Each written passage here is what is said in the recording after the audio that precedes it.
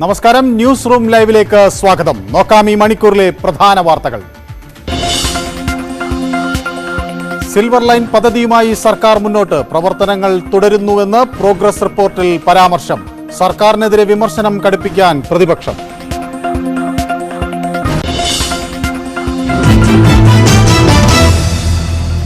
Palakkad school uniform വിതരണം പ്രതിസന്ധിയിൽ. ആലത്തൂർ, ചെർപ്പളശ്ശേരി വിദ്യാഭ്യാസ ഉപജില്ലകളിൽ തുക പാസായില്ല. തിരിച്ചടിയായത് ട്രഷറി നിയന്ത്രണം.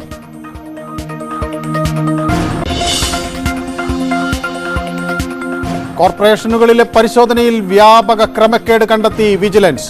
ഓപ്പറേഷൻ ക്ലീൻ കോർപ്പ് നടന്നത് റവന്യൂ, മരാമത്ത്, ആരോഗ്യ വിഭാഗങ്ങളിൽ.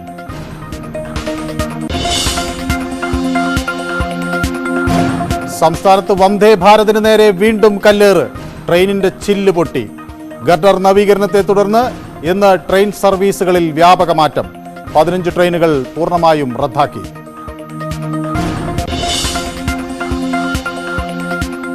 ഇംഗ്ലീഷ് പ്രീമിയർ ലീഗിൽ മാഞ്ചസ്റ്റർ സിറ്റിക്ക് കിരീടം. നേട്ടം തുടർച്ചയായ 3ാം തവണ.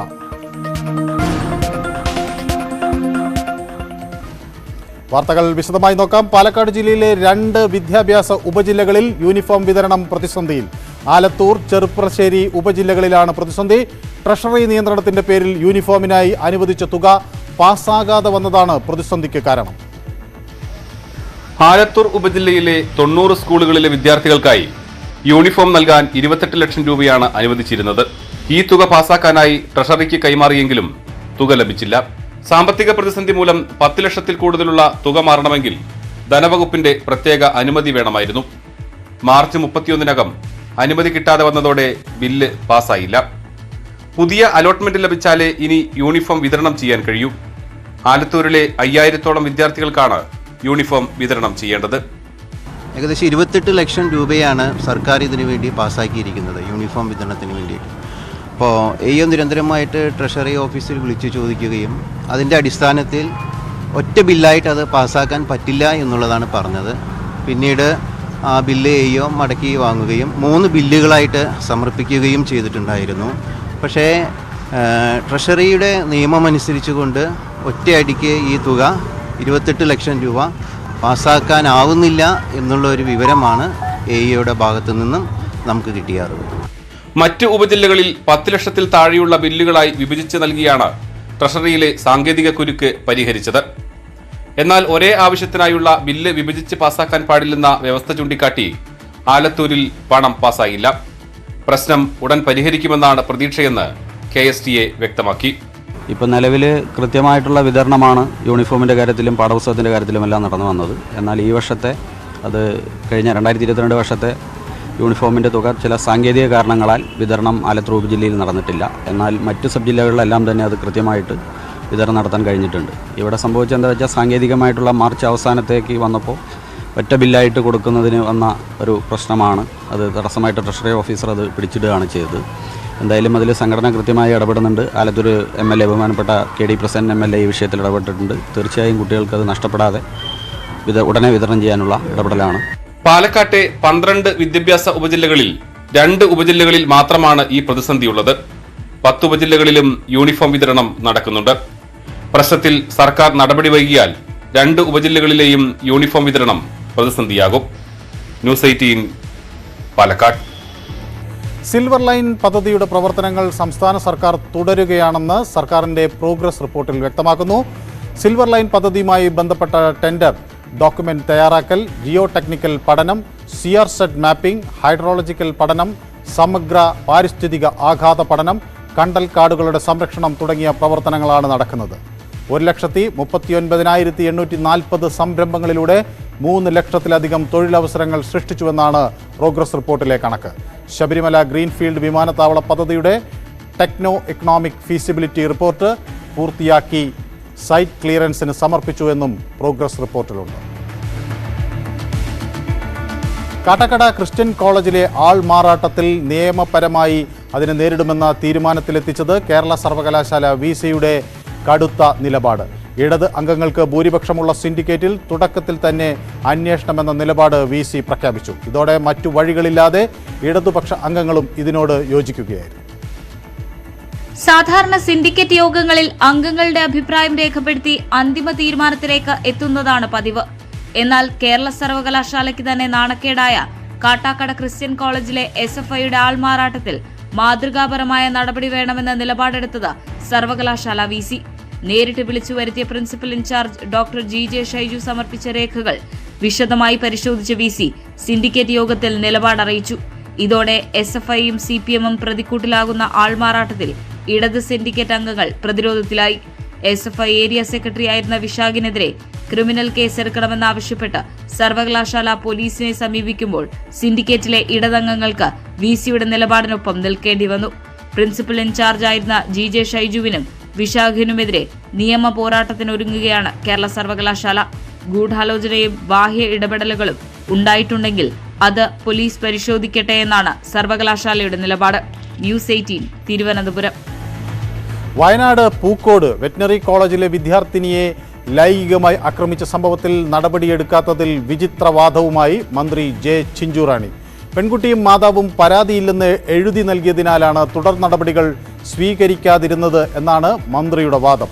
പരാതി ഉയർന്നതിന് വകുപ്പ് ജീവനക്കാരൻ കൂടിയായ ആരോപണ വിധേയനെ നടപടി എടുത്തുവെന്നും അയാൾ കോളേജിൽ തിരിച്ചെത്തിയത് കോടതി ഉത്തരവിന്റെ അടിസ്ഥാനത്തിലാണെന്നും മന്ത്രി പറഞ്ഞു.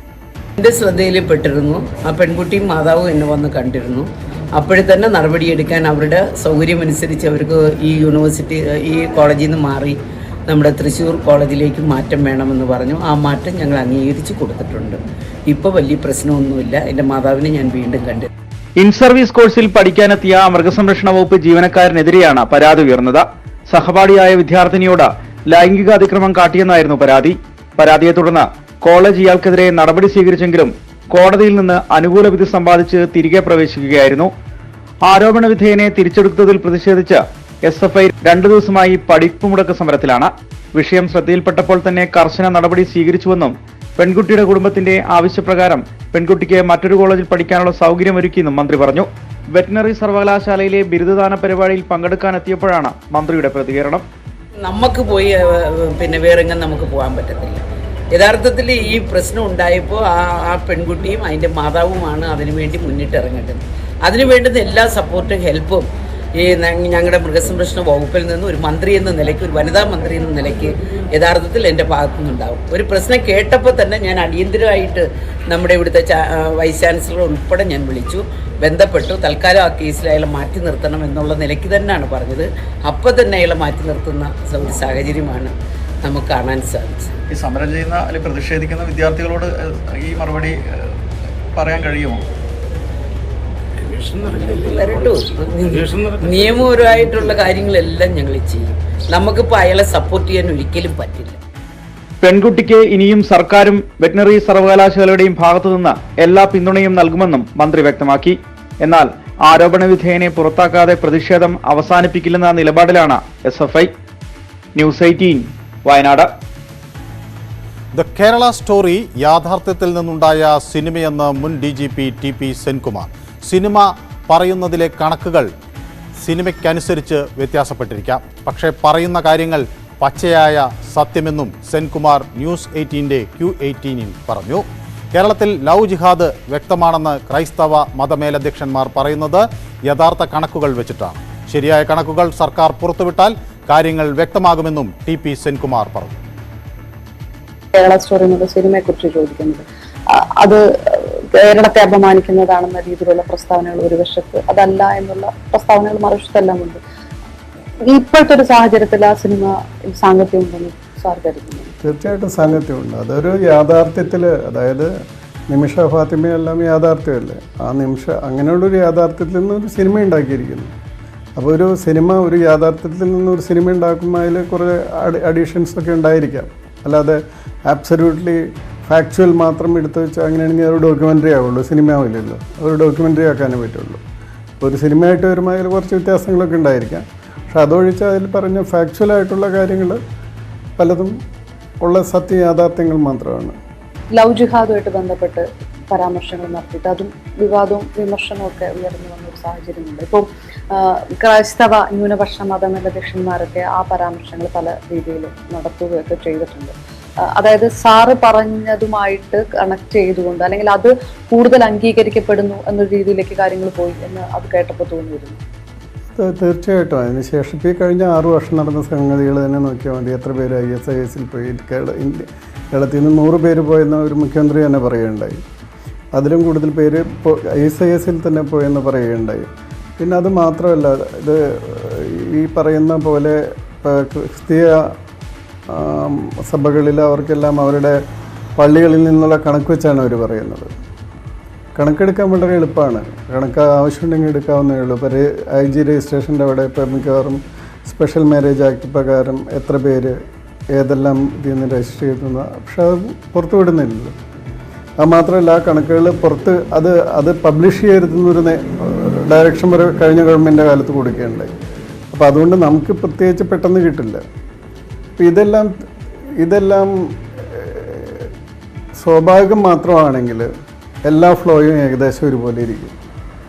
അപ്പോൾ ഒരു വശത്തേക്ക് മാത്രം ഒരു ഫ്ലോ കൂടുതലായിട്ട് വരികയാണെങ്കിൽ, അതായത് 1998 ഒരു വശത്തേക്കും 2 മാത്രം മറുവശത്തേക്കും വരികയാണെങ്കിൽ തീർച്ചയായിട്ടും സംശയിക്കണം ആ 1998 എന്തുകൊണ്ട് ഒരു വശത്തേക്ക് ഉണ്ടാകുന്നു എന്നുള്ളത്. അപ്പോൾ അത് സ്വാഭാവികമല്ല, അസ്വാഭാവികമാണ്. അതാണ് അതിൻ്റെ ഉള്ള പ്രധാനമായിട്ടുള്ളൊരു ഇൻഡിക്കേറ്റർ. TP സെൻകുമാറുമായുള്ള അഭിമുഖം Q18-ൽ ഇന്ന് രാത്രി 9 മണിക്ക് കാണാം. സംസ്ഥാനത്ത് 6 കോർപ്പറേഷനുകളിൽ വിജിലൻസ് റെയ്ഡ്. മരാമത്ത്, ആരോഗ്യ, റവന്യൂ വിഭാഗങ്ങളിലായി നടത്തിയ പരിശോധനയിൽ വ്യാപക ക്രമക്കേടുകളാണ് കണ്ടെത്തിയത്.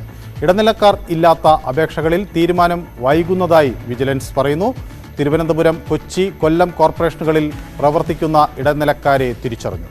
കൊല്ലം കോർപ്പറേഷനിലെ എഞ്ചിനീയർക്ക് ഇടനിലക്കാർ ഗൂഗിൾ പേ വഴി പണം കൈമാറിയെന്നും കണ്ടെത്തി.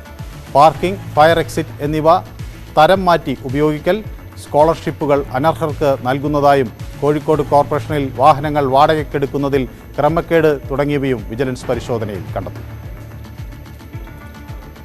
വന്ദേ ഭാരതിന് നേരെ വീണ്ടും കല്ലേർ. തിരുവനന്തപുരത്തേക്ക് വരികയായിരുന്ന വന്ദേ ഭാരത് ട്രെയിനിന് നേരെയാണ് ചോറ്റാനിക്കര കുരിക്കാട് ഭാഗത്ത് വെച്ച് കല്ലേറുണ്ടായത്. കല്ലേറിൽ ട്രെയിനിൻ്റെ ചില്ലിന് കേടുപാടുകൾ പറ്റി. വൈകിട്ട് 7:30യോടെയാണ് കല്ലേറുണ്ടായതെന്ന് RPF പോലീസിനെ അറിയിച്ചിട്ടുണ്ട്. വന്ദേ ഭാരത് CR കോച്ചിൻ്റെ ചില്ലാണ് തകർന്നത്. RPF അന്വേഷണം തുടങ്ങി. ചോറ്റാനിക്കര പോലീസും പരിശോധന നടത്തി.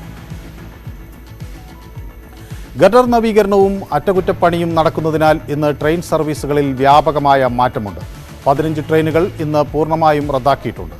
ഗരീബ് രഥ് എക്സ്പ്രസും പരശുരാം എക്സ്പ്രസും 6 മെമു സർവീസുകളും റദ്ദാക്കിയിട്ടുണ്ട്. നാളെ ഉച്ചയ്ക്ക് 1 മണിക്ക് പുറപ്പെടുന്ന നാഗർകോവിൽ കോട്ടയം എക്സ്പ്രസ് കൊല്ലം വരെ മാത്രമേ സർവീസ് നടത്തൂ. Sabari express, Kerala express, Kanyakumari Bangalore express, Thiruvananthapuram Kannur Janshatabdi, Thiruvananthapuram Chennai mail, Nagercoil Shalimar express, Thiruvananthapuram Chennai superfast express, Vanchinad Punalur Guruvayur express എന്നിവ നാളെ ആലപ്പുഴ വഴിയും തിരിച്ചുവിട്ടു. തിരുവനന്തപുരം മെഡിക്കൽ കോളേജ് ആശുപത്രിയിൽ ചികിത്സയ്ക്കെത്തിയ വയോധികൻ തൂങ്ങി മരിച്ചു. കുളത്തൂപ്പുഴ സ്വദേശി മുരളീധരനാണ് വാർഡിനുള്ളിൽ തൂങ്ങി മരിച്ചത്. പുലർച്ചെ 4 മണിയോടെയാണ് സംഭവം. വാർഡിനുള്ളിലെ ജനൽ കമ്പിയിൽ തൂങ്ങി മരിച്ച നിലയിൽ മറ്റ് രോഗികളാണ് രാവിലെ വയോധികനെ കണ്ടെത്തിയത്. അസ്വാഭാവിക മരണത്തിന് കേസ് രജിസ്റ്റർ ചെയ്ത മെഡിക്കൽ കോളേജ് പോലീസ് അന്വേഷണം നടത്തും. സംസ്ഥാനത്ത് ഇന്നും താപനില ഉയർന്നേക്കും. സാധാരണയിൽ നിന്ന് ഉയർന്ന താപനിലയിൽ 2 മുതൽ 3 ഡിഗ്രി സെൽഷ്യസ് വരെ താപനില ഉയർന്നേക്കും. ഉയർന്ന താപനിലയും ഈർപ്പമുള്ള വായുവും കാരണം കൂടുതൽ ചൂട് അനുഭവപ്പെട്ടേക്കാം. മലയോര പ്രദേശങ്ങൾ ഒഴികെ അസ്വസ്ഥതയും നിറഞ്ഞ കാലാവസ്ഥയ്ക്ക് സാധ്യതയുണ്ട്. കൊല്ലം, കോട്ടയം, ആലപ്പുഴ ജില്ലകളിൽ ഉയർന്ന താപനില 37 വരെ ഉയർന്നേക്കാം.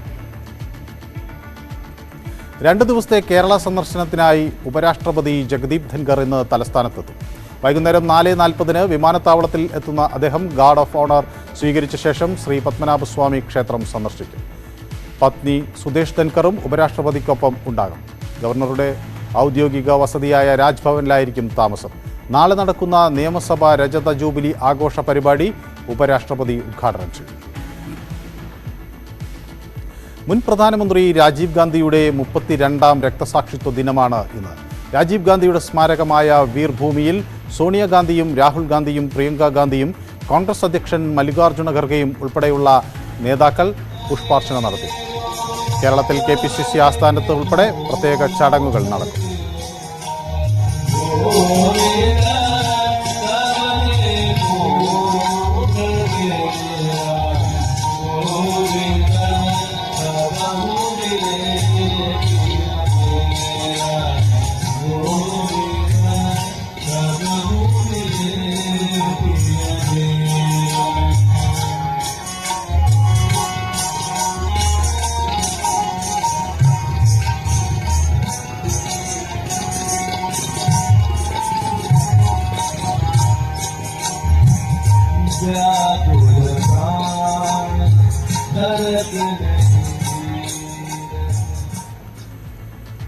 ഇടവേള.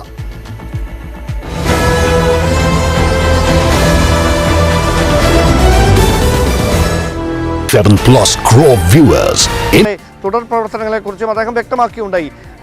എടുത്തു പറയേണ്ട ഒരു കാര്യം, അടുത്തിടെ സർക്കാരിനെ ഏറ്റവും പ്രതിരോധത്തിലാക്കിയ അല്ലെങ്കിൽ സർക്കാരുമായി ബന്ധപ്പെട്ട മുഖ്യമന്ത്രി അടക്കമുള്ള പ്രധാന കേന്ദ്രങ്ങൾ മൗനം തുടർന്ന AI ക്യാമറ വിവാദവുമായി ബന്ധപ്പെട്ട് അദ്ദേഹം നടത്തിയ പരാമർശം, അത് ഇത്തരത്തിൽ പ്രതിപക്ഷം മുമ്പോട്ട് വെക്കുന്ന അഴിമതി ആരോപണങ്ങൾക്ക് വിശ്വാസത്തെ നേടിയെടുക്കാൻ കഴിയുന്നില്ല. പൊതുജന മധ്യത്തിൽ സർക്കാരിനെതിരെ മറ്റ് കുറ്റങ്ങളൊന്നും കണ്ടെത്താൻ കഴിയാത്തതിനാലാണ് ചില മാധ്യമങ്ങളുടെ കൂട്ടുപിടിച്ചുകൊണ്ട് സർക്കാരിനെ ഇത്തരത്തിൽ അഴിമതി ആക്ഷേപങ്ങൾ അല്ലെങ്കിൽ അഴിമതി ആരോപണങ്ങൾ ഉന്നയിക്കാൻ പ്രതിപക്ഷം തയ്യാറെടുക്കുന്നത്. അവർക്ക് വിഷയദാരിദ്ര്യമാണ്, വിഷയരാഹിത്യമാണ്.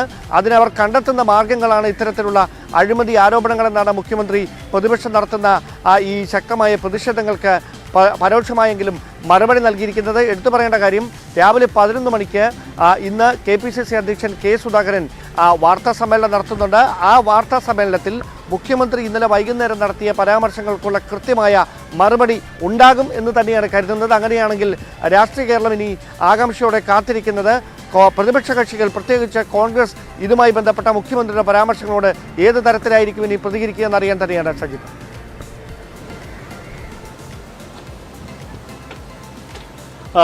ഡാൻ, മറ്റൊരു കാര്യം, ഡാൻ സൂചിപ്പിച്ച പോലെ ഈ രാഷ്ട്രീയ കേരളത്തിന്റെ ചർച്ച ഇന്നലത്തെ ഈ സർക്കാരിന്റെ വാർഷികത്തിൽ ഭരണ പ്രതിപക്ഷ കക്ഷികളുടെ ആരോപണ പ്രത്യാരോപണങ്ങൾ കേന്ദ്രീകരിച്ചു തന്നെയാവും.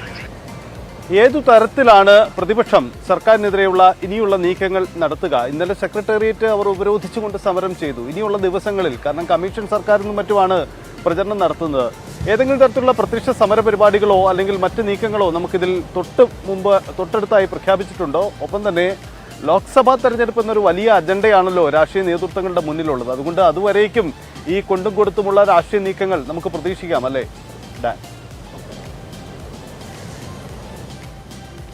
ഈ UDF നേതൃത്വത്തിന്റെ ഭാഗത്ത് നിന്ന് നമുക്ക് മനസ്സിലാക്കാൻ കഴിയുന്നത് ഇന്നലത്തെ സമരം ഒരു വലിയ വിജയമായിരുന്നു എന്നൊരു വിലയിരുത്തൽ ആ കോൺഗ്രസ് നേതൃത്വത്തിന് മുഴുവനായിട്ട് UDF നേതൃത്വത്തിന് ഘടകകക്ഷികൾക്ക് എല്ലാവർക്കുമുണ്ട്.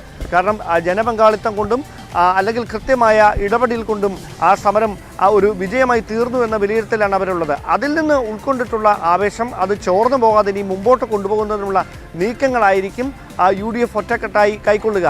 അതിൽ തന്നെ ചില ഘടകകക്ഷികളടക്കം നേരത്തെ മുമ്പോട്ട് വെച്ചിരുന്ന അതൃപ്തികളുണ്ട്, അല്ലെങ്കിൽ കൂടിയാലോചനകൾ ഇല്ലാതെയാണ് പ്രവർത്തനങ്ങൾ മുമ്പോട്ട് പോകുന്നത്. അത്തരത്തിലുള്ള വീഴ്ചകളൊന്നും ഇനിയും വരാതെ തെരഞ്ഞെടുപ്പ് മുന്നിൽ കണ്ടുകൊണ്ടുള്ള കൃത്യമായ ഒരു സ്ട്രാറ്റജി, ഒരു പ്ലാൻ ഫോർമുലേറ്റ് ചെയ്തുകൊണ്ടുള്ള പ്രവർത്തനങ്ങൾക്കായിരിക്കും UDF നേതൃത്വം നൽകുക. അതുകൊണ്ട് തന്നെ ഇന്നലെ കൊണ്ട് അവസാനിക്കുമെന്ന് നമുക്ക് ഒരിക്കലും പറയാൻ വയ്യ. ഈ സമര പരിപാടികൾ, സർക്കാരിനെതിരായ പ്രതിഷേധ പരിപാടികൾ, അത് ശക്തമായി മറ്റൊരു രീതിയിൽ തുടരുന്നതിന് വേണ്ടിയിട്ടുള്ള നീക്കങ്ങൾ തന്നെയാണ് പ്രതിപക്ഷം നടത്തിക്കൊണ്ടിരിക്കുന്നത്. ഏതായാലും KPCC അധ്യക്ഷൻ്റെ ഇന്ന് നടത്താനിരിക്കുന്ന വാർത്താ സമ്മേളനത്തിൽ അതടക്കമുള്ള കാര്യങ്ങളെക്കുറിച്ച് വ്യക്തമായ സൂചനകൾ ലഭിച്ചേക്കുമെന്ന് തന്നെയാണ് സൂചന. നമുക്കറിയാം, കഴിഞ്ഞ ഏതാനും ദിവസങ്ങളായി പ്രതിപക്ഷ നേതാവ് VD സതീശൻ ഇന്നലെ സെക്രട്ടേറിയറ്റ് പടിക്കൽ സമരം ഉദ്ഘാടനം ചെയ്യുമ്പോഴും കഴിഞ്ഞ ഏതാനും ദിവസങ്ങൾക്ക് മുമ്പ് അദ്ദേഹം കോട്ടയത്ത് വെച്ചുമൊക്കെ മാധ്യമങ്ങളോട് കൃത്യമായി പറഞ്ഞിരുന്നു, ഒന്നാം പിണറായി സർക്കാരിൻ്റെ മറ്റൊരു അഴിമതി കഥ കൂടി വൈകാതെ പുറത്തു വരും, അതുകൂടി പുറത്തു വന്നു കഴിഞ്ഞാൽ മുഖ്യമന്ത്രിക്ക് തലയിൽ മുണ്ടിട്ട് നടക്കേണ്ടി വരും എന്ന തരത്തിലുള്ള പരാമർശം.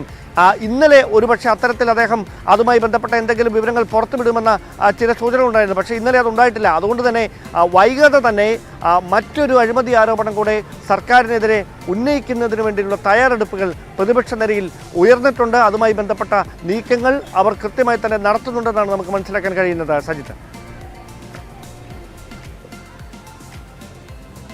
ഡാൻ, UDF മാത്രമല്ല BJPയും ഇത്തരത്തിൽ വളരെ ശക്തമായി തന്നെ സമര രംഗത്തുണ്ട്. ഈ UDF ഇത്തരത്തിൽ സെക്രട്ടേറിയറ്റിന് മുന്നിലുള്ള സമരം പ്രഖ്യാപിക്കുന്നു. അതിന് ഒരുപടി മുന്നിലായി നൈറ്റ് മാർച്ച് നടത്തിക്കൊണ്ടാണ് BJP സർക്കാരിനെതിരെയുള്ള പ്രതിരോധം തീർക്കുന്നത്. വഞ്ചനാ ദിനമായി സർക്കാരിന്റെ 2ാം വാർഷിക ആഘോഷ ദിനത്തെ കാണുന്നു എന്നുള്ളതാണ് BJP പറഞ്ഞത്. രാപ്പകൽ സമരം അവരും നടത്തിയിരുന്നു. അതും ഒരു തുടക്കം മാത്രമാണ്. ഈ തെരഞ്ഞെടുപ്പ് വരുന്ന ഒരു സാഹചര്യം തന്നെയാണ്. ആ ഒരു സ്ട്രാറ്റജി അനുസരിച്ചിട്ടുള്ള സമരപരിപാടികളടക്കം BJPയും ഓർഗനൈസ് ചെയ്യുന്നില്ല.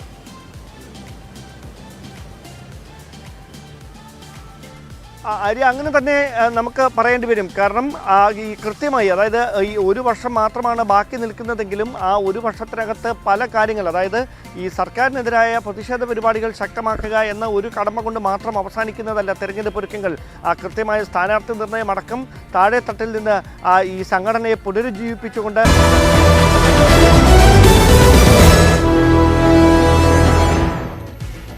ന്യൂസ് റൂം ലൈവ് തുടരുന്നു. കോൺഗ്രസ് പ്രവർത്തകരുടെ കൂട്ടായ്മയിൽ കൊച്ചി കളമശ്ശേരിയിൽ 9 കുടുംബങ്ങൾക്ക് തലചായ്ക്കാൻ ഒരു ഇടമായി. 1.5 കോടിയോളം രൂപ മുതൽ മുടക്കി 3 നിലകളിലായി എല്ലാ സൗകര്യങ്ങളുമുള്ള ഫ്ളാറ്റാണ് ഒരുക്കിയത്. ബാത്റൂം അറ്റാച്ച്ഡായ 2 കിടപ്പുമുറികൾ, അടുക്കള, ഹാൾ, ഉയർന്ന നിലവാരത്തിലുള്ള ടൈലുകൾ, ഭിത്തിയലമാരകൾ എന്നിങ്ങനെ നഗരത്തിലെ മികച്ച ആഡംബര ഫ്ളാറ്റുകളോട് കിടപിടിക്കുന്നതാണ് 9 കുടുംബങ്ങൾക്ക് ലഭിച്ച ഭവന സമുച്ചയം. 9 സെന്റ് സ്ഥലത്തിന്റെ ആധാരം 9 കുടുംബങ്ങളുടെയും പേരിലാണ്. വിവിധ പദ്ധതികളിൽ ഉൾപ്പെടുത്തി 4 ലക്ഷം രൂപ വീതം നഗരസഭയിൽ നിന്ന് ലഭിച്ചു. നാട്ടുകാരിൽ നിന്ന് പിരിച്ചും സഹകരണ ബാങ്കിൽ നിന്ന് വായ്പ എടുത്തുമൊക്കെയാണ് പ്രാദേശിക കോൺഗ്രസ് നേതാക്കൾ നേതൃത്വം നൽകുന്ന ഭവന നിർമ്മാണ സമിതി പ്രവർത്തനങ്ങൾ പൂർത്തിയാക്കിയത്. ഇന്ന് ഈ 9 കുടുംബങ്ങൾക്ക് വളരെ മനോഹരമായ വീടുകളാണ് നിർമ്മിച്ചത്. നമ്മൾ നിർമ്മിക്കുന്നതിനേക്കാൾ ഒക്കെ നല്ല രീതിയിൽ ഇവരുടെ സ്വപ്നം പൂവണിയാവുന്ന രീതിയിൽ തന്നെ അവർ ചിന്തിക്കാവുന്നതിലും അപ്പുറമാണ് നമ്മൾ ഈ വീടിനെ കുറിച്ചുള്ള ആ നിർമ്മിതിയും അതിൻ്റെ സൗകര്യങ്ങളും.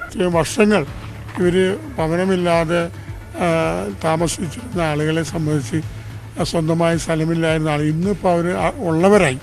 1,37,00,000 രൂപയാണ് ഇതുവരെ മുതൽ മുടക്കുന്നത്. അപ്പോൾ കുറച്ച് ബാധ്യതകൾ ഇപ്പോഴും ഉണ്ട്. ആ ബാധ്യതകൾ എങ്ങനെയും പരിഹരിക്കണമെന്നതിനെ കുറിച്ച് ആലോചിച്ചപ്പോൾ MA യൂസഫ് അലി, ലുലുവിൻ്റെ ഡയറക്ടർ ഉണ്ടല്ലോ, അദ്ദേഹം കാരുണ്യവാനാണ്. ഇത്തരം കാര്യങ്ങളിലൊക്കെ ഒരുപാട് സഹായം ചെയ്യുന്നതാണ്. ബാക്കി ഉള്ള പ്രശ്നങ്ങൾ, ബാധ്യതകളൊക്കെ അദ്ദേഹത്തിൻ്റെയും കൂടി സഹായത്തോടി അത് പൂർത്തീകരിക്കാൻ ബാധ്യതകൾ മുഴുവൻ പൂർത്തീകരിക്കാൻ സാധിക്കും എന്ന് തന്നെ വിശ്വസിക്കുന്നു. നിർമ്മാണം പൂർത്തിയാക്കി ഫ്ളാറ്റ് കൈമാറുമ്പോഴും ലക്ഷങ്ങളുടെ ബാധ്യതയാണ് ഭവന നിർമ്മാണ സമിതിയെ കാത്തിരിക്കുന്നത്. പ്രവാസി വ്യവസായി MA യൂസഫ് അലി അടക്കമുള്ളവരുടെ സഹായമുണ്ടാകുമെന്ന പ്രതീക്ഷയിലാണ് ഭാരവാഹികൾ. ന്യൂസ് 18 കൊച്ചി. വിദ്യാഭ്യാസ മന്ത്രി ശിവൻകുട്ടി മാധ്യമങ്ങളെ കാണുന്നു. തത്സമയ ഓരോ വിദ്യാലയങ്ങളിലും നടക്കുന്നത് എന്നൊരു കാര്യം കൂടി സൂചിപ്പിക്കുന്നു. എല്ലാവരുടെയും പിന്തുണയും സഹായവും പ്രതീക്ഷിക്കുകയാണ്.